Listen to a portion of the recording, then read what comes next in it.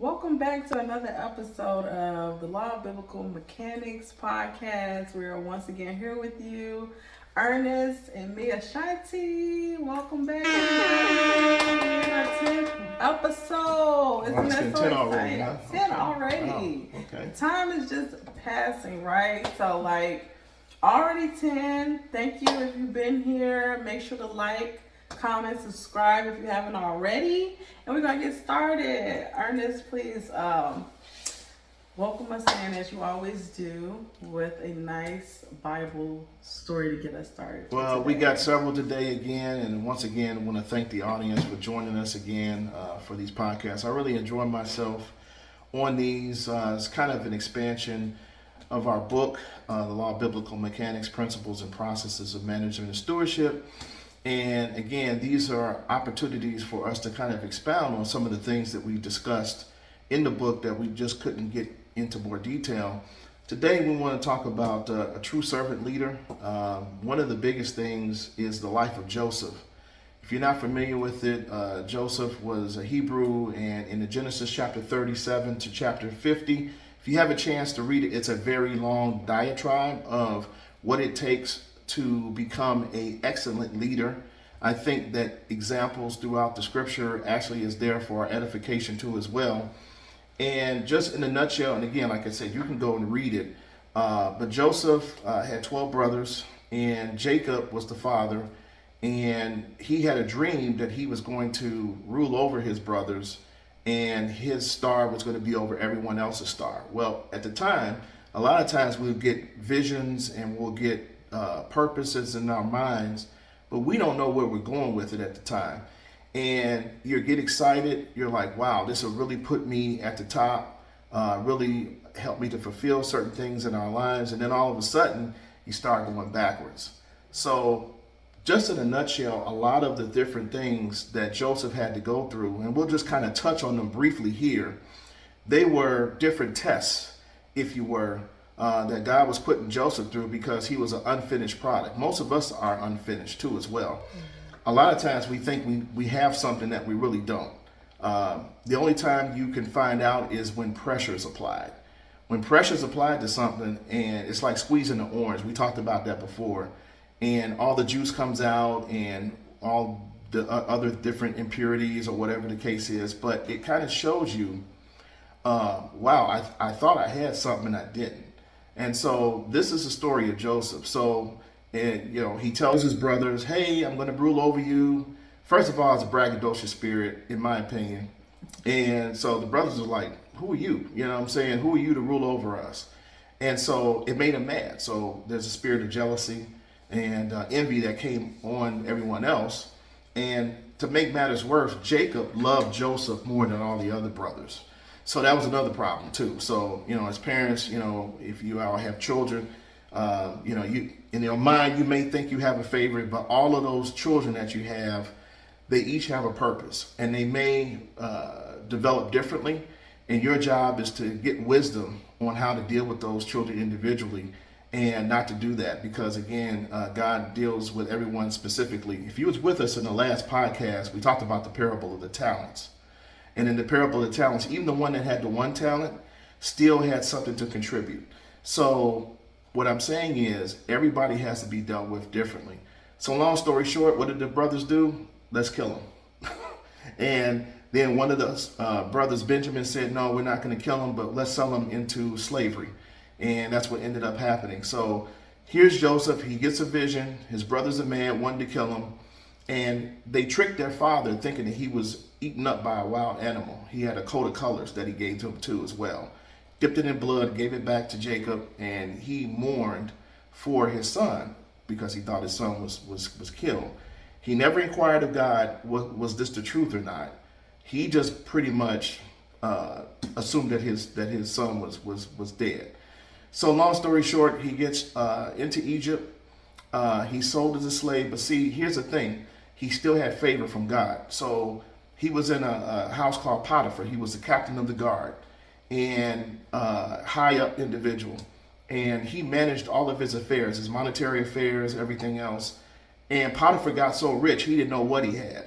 And so what ends up happening is Potiphar's wife starts eyeing him and wanted to see what he's talking about, if you will, and all of that. Every day this went on.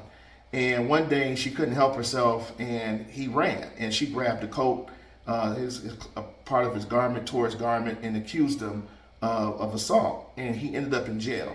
So now you got you're sold into slavery, you're falsely accused, you're supposed to have this big vision, but everything is going backward. So now he's in jail, but God still was with him. And the long story short is he got a vision. There was a baker and a butler that was down there with him that got thrown into prison. The baker and the butler, he interpreted their dreams. I believe the butler was restored. The baker was hung after 3 days. But he told the butler, don't forget about me when you get in front of Pharaoh, and let him know that I'm down here. And that's the other thing too. You can't use political favors and all kind of other favors if it's not of God to do that. And so he ended up staying another 2 years in jail. So now you got the spirit of depression coming on. So he's dealing with all these things, and he's thinking, God, I'm supposed to be, this high up individual, and yet everything in my life right now is showing just the opposite. So long story short, Pharaoh gets a dream. The dream is 7 years of plenty and 7 years of famine. Now, if you know anything about world history, Egypt at the time was the world power of the known world at that time. And so basically, he interprets the dream, finally gets in front of Pharaoh. Pharaoh says, I'm going to make you prime minister over everything, except I'm still going to be over you, but you're running pretty much everything. You're my second in command. So what did Joseph do? He had a dream of how to store up grain for 7 years. And then as the sands of the sea, he was able to do that. And then, of course, the famine hit after the next 7 years. Well, guess who comes up to get some food? His brothers and his family.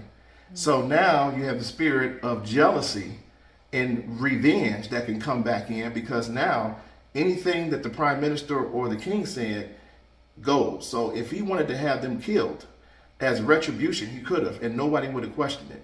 He recognized his brothers didn't recognize him. So long story short, they reconciled. They were able to save the whole known world from famine and starvation. And Joseph went down in history in his people, even when he died, that he was a great man. So you can go back and read that. What am I saying? I'm basically saying that there's certain development that leaders need to have. And sometimes you'll go through things that look like they're diametrically opposed to the vision that you have. What you need to do is stay connected. You need to stay with the process. And you can't go by the things that are seen, because the things that are seen are temporal and subject to change. The things that are not seen are eternal. In other words, the unseen realm is more important than the seen realm. Those things are temporary.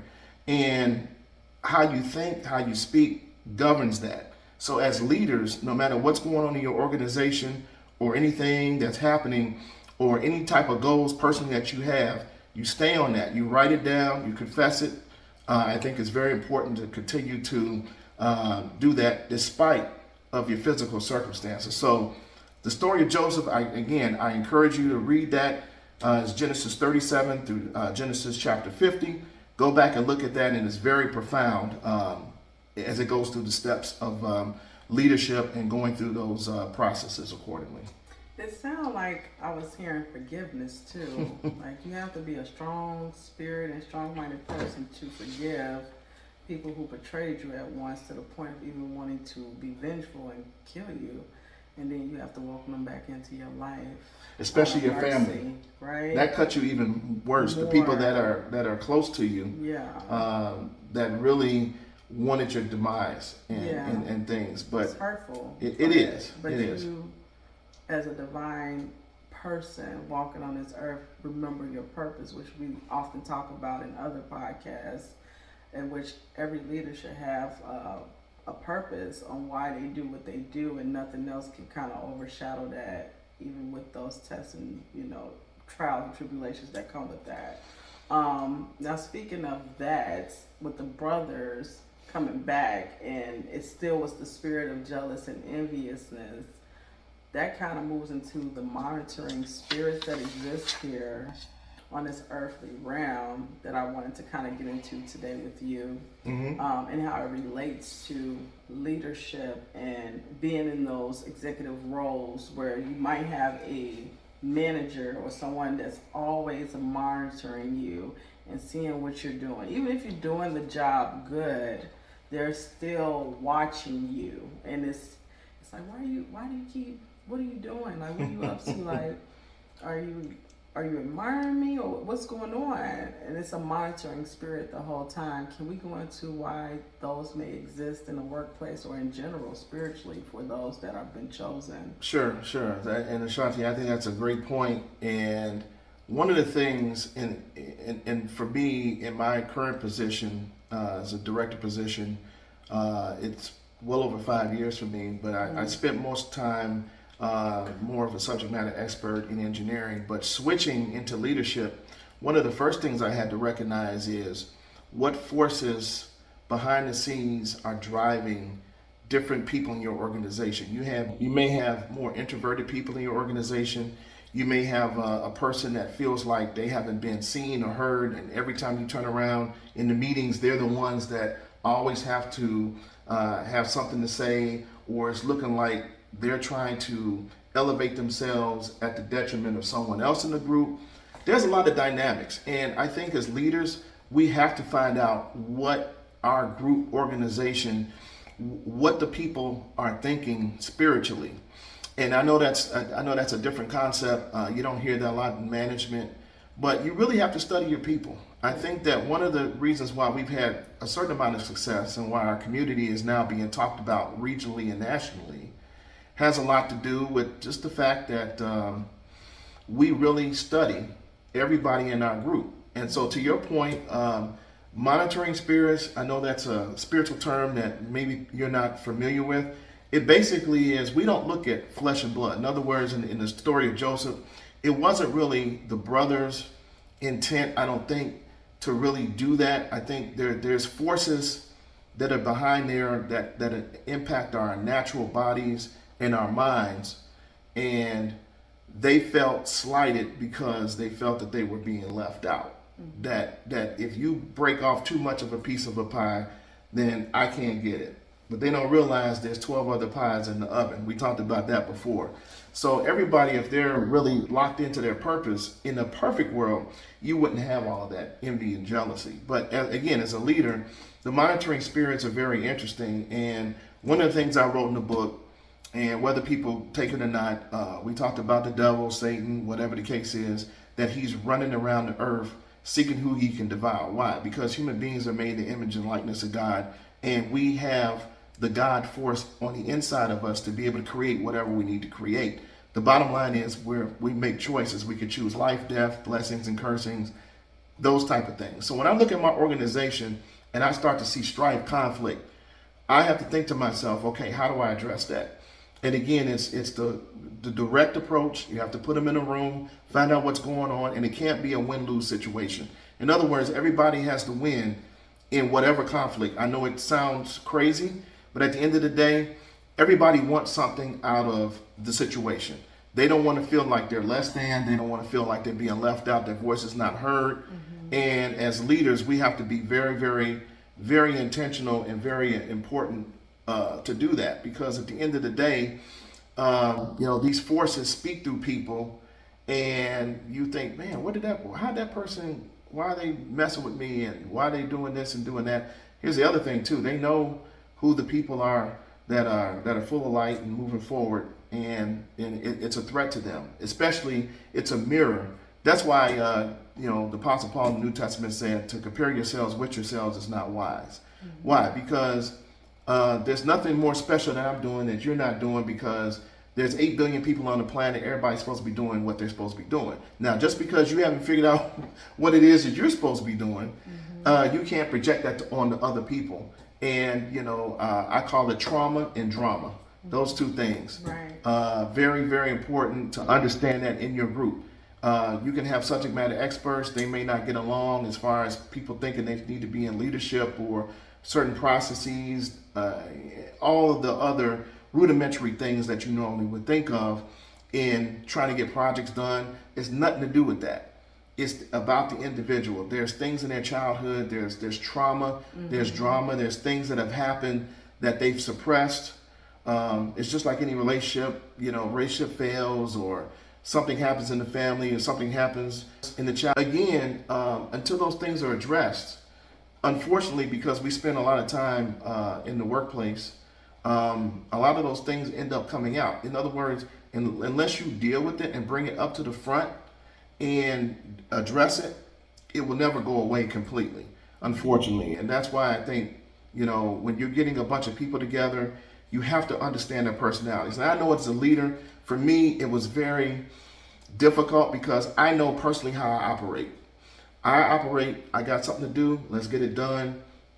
Personal feelings aside, whatever the mission or task is, that's kind of how we normally would move forward.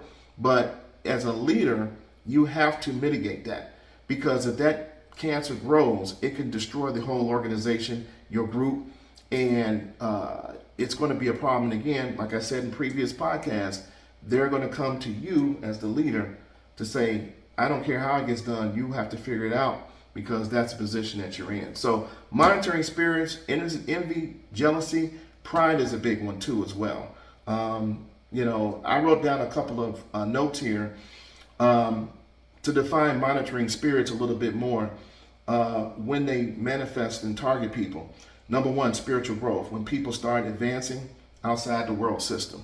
When we talked about the kingdom of God system and the world system, when you start advancing and you start moving forward and you're not operating based on I need to make allegiances with people politically or whatever the case is, it becomes a threat, because now your life and the way you move actually can impact other people to kind of start asking questions. And that's when, the spiritual forces behind the scenes, they're like, what's going on here? And then they use people to try to come at you that way.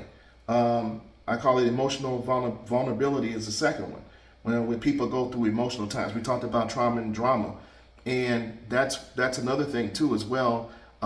It stops them from really being creative, because you can't have a hateful heart. To your point about forgiveness, you have to forgive. I mean, I think Jesus mentioned that if you don't forgive others, your Heavenly Father won't forgive you. And I'm like, man, that's kind of tough. I said, but if you think about it, the forgiveness is more for you than anything else. Because at the end of the day, we all fall short. We all are not where we need to be. And we just thank God that the Creator doesn't deal with us like we deal with each other. There was actually and I don't remember the scripture, but there was a parable where there was an individual that owed $1 million to the king, equivalent to $1 million. And he begged, please don't throw me in debtor's prison, The king had mercy on him, forgave him. This guy goes right out the gate, and somebody owed him equivalent to $5. He goes and beats him, where's my money? Give me my money.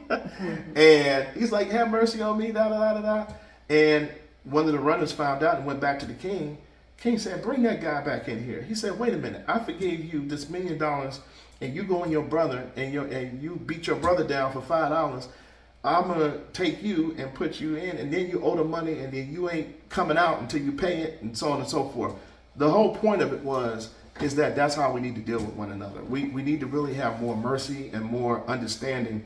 That's probably for another podcast, but the point I'm making is that's very important, the forgiveness piece, because that way you can kind of think better, you release it from yourself, and again, it's not letting the other person off the hook per se, but it's how you deal with that hurt and that offense, that it's not turning on you and then coming on the inside. And I think as a leader, we have to always remain neutral. We can't play favorites. We can't take one side over the other. We have to listen to all sides, and then from that point, as a leader, we have to go get our research and do our prayer, meditation, come back. And I've done that a lot. When I've had conflicts in our groups, I said, what's going on? And literally a download would come. Well, this person feels X, Y, Z. He feels like he hasn't been listened to. This other person wants to be out in front, so on and so forth. So then I get a strategy of how both of them can be satisfied and we can get the job done. You know what I mean? So it's very important. And of course, the other ones get a little bit more spiritual. Curses or hexes or generational curses, that definitely comes into play. and then we're redeemed from that in Galatians 3:13 and 14. So the bottom line is, what I'm saying is, as a leader, it's important to understand these spiritual forces that attack your group, especially when you start doing well. Anything in the political realm, in the economic realm, anything to do with money, politics, those things are very important. That you really, as a leader, have to be very sensitive to understand how your group dynamics operate. Yes, and you know, speaking of spiritual forces, you did mention one part of the sentence where you said people want. And I think that's what the force is the desire itself to be in a position that they think is better than where they are. So like the point of starting where you're at and being okay and meeting a person where they are, I think that's, to me, what causes these spiritual forces to be about is because of these desires to be more than where you are in a company. So say for instance you're the director, I'm the manager, but in the back of my head I'm coming for your spot. Like I'm one day gonna have earnest seats, I'm gonna be at this time, I'm gonna be in these big meetings, I'm gonna be making big money. This is my desire, and that's what's causing me to react to you in a way of envy and jealousy, because you have something I want, and that desire to me is this force of envy and jealousy that you may feel from me. Like, hey, something's shaky about this girl. You know, what's to her? She's giving me odd vibes. One minute she's charming, the next is calling me out in front of the rest of the staff on a mistake I may have done, or a misspelling in an email. She's calling it out. Little subtle things to look for when you are encountering that monitoring spirit of a person Yes. that wants to be in your place.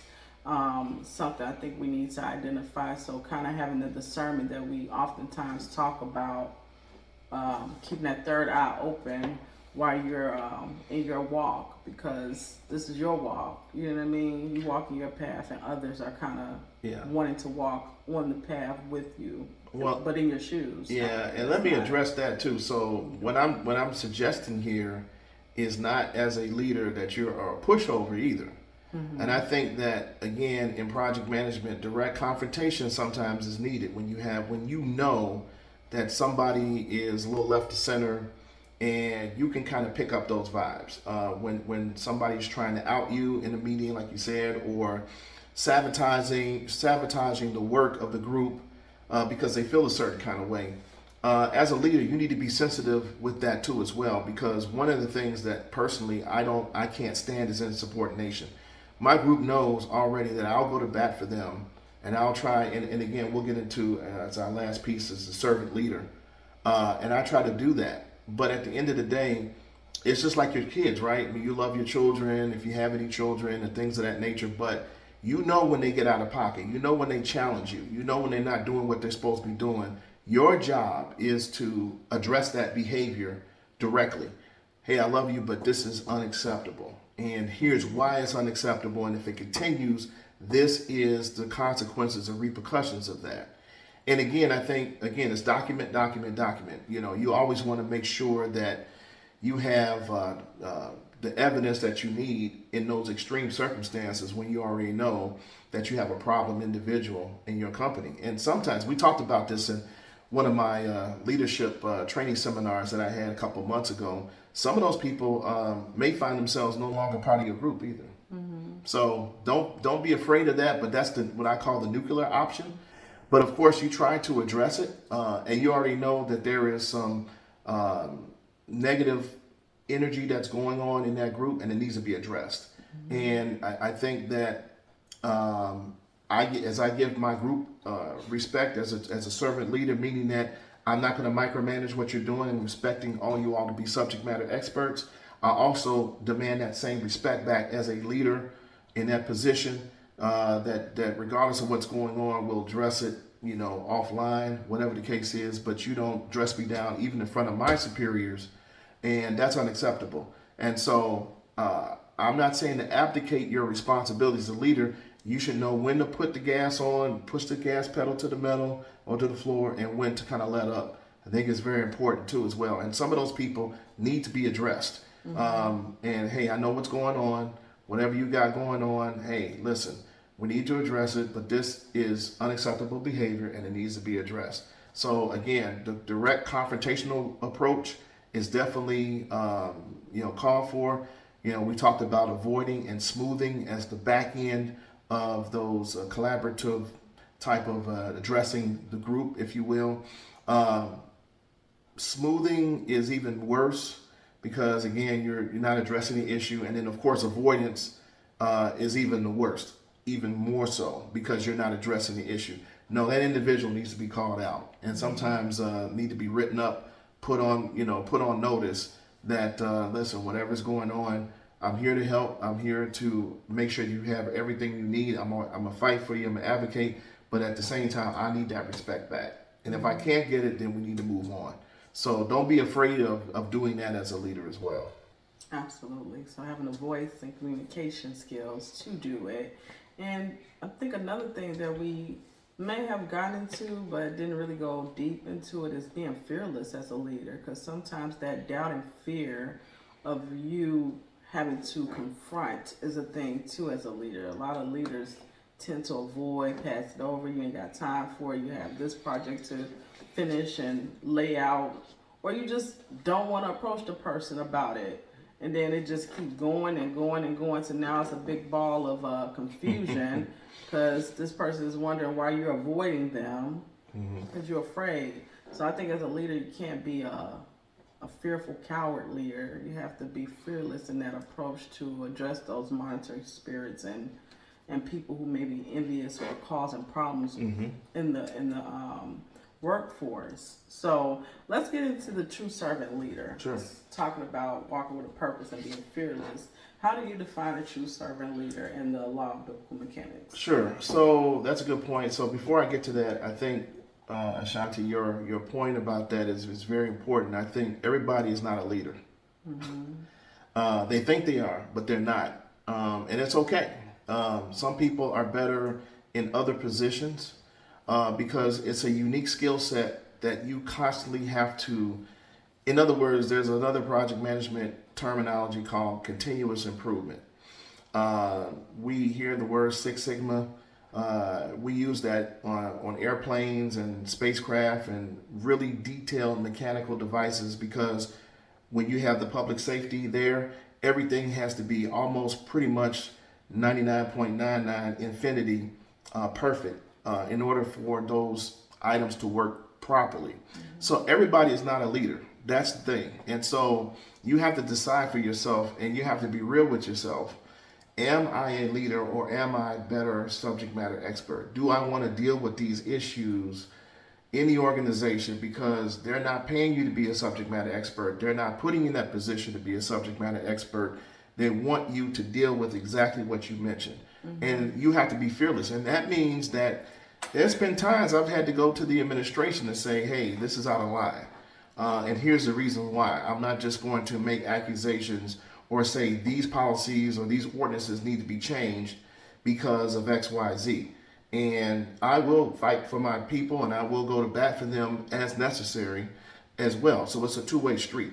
So again, you need somebody that's going to be strong and going to be able to confront those issues and not back down, because again, it will destroy you. I'm going to say it again. It's going to destroy your organization if you don't deal with it properly. That's very important. So when you get into a true servant leader, I had a couple of scriptures here. Number one, Matthew 23:11-12, the greatest among you shall be your servant.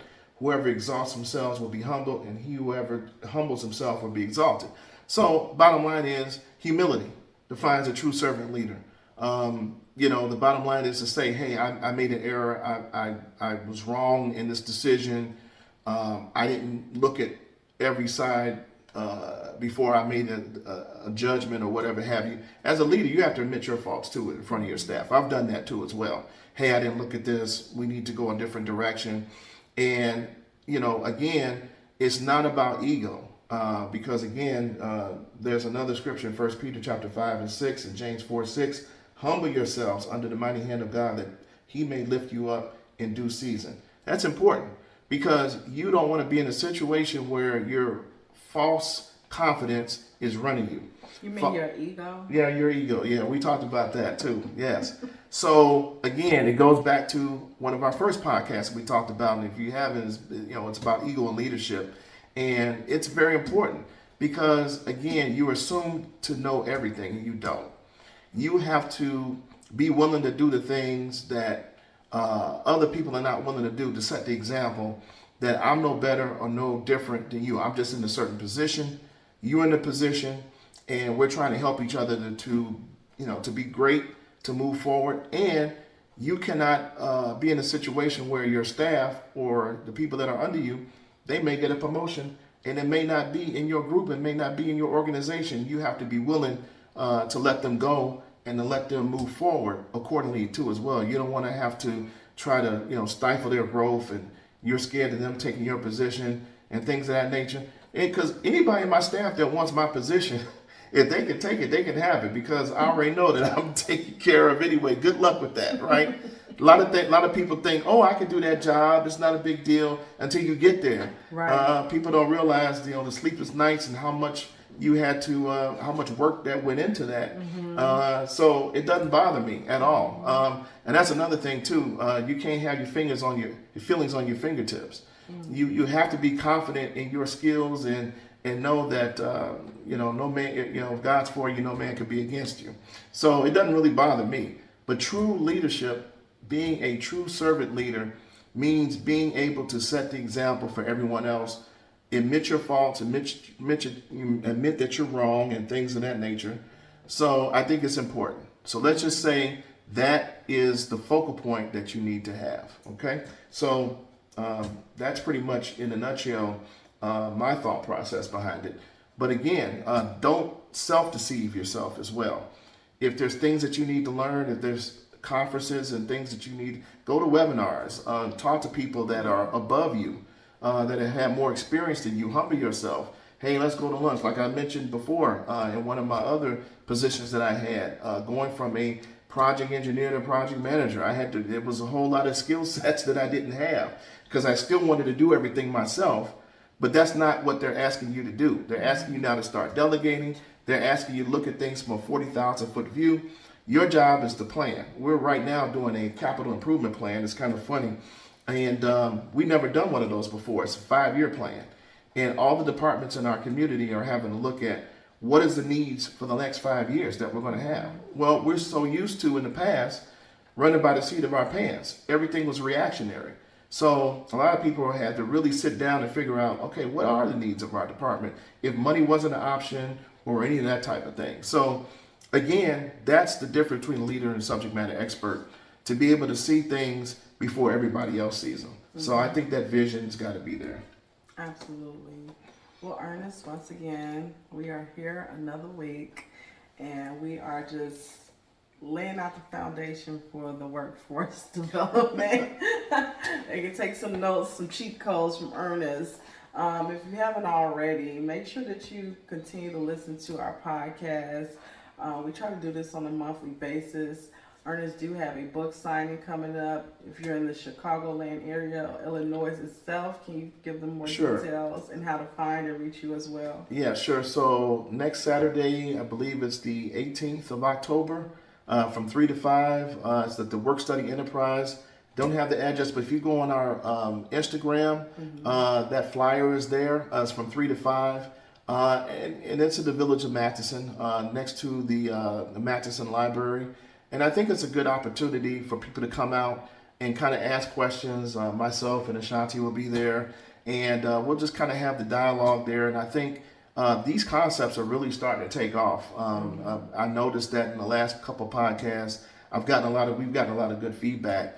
And I think this is a struggle that a lot of people have had in their organizations, to try to figure out, how do we deal with meshing all of these people and all these concepts and ideas and funding and just quality control? How do we get all of these things to work together? And again, it's based on these core principles. And that's why the book was written in such a way that you can come back to it over and over again.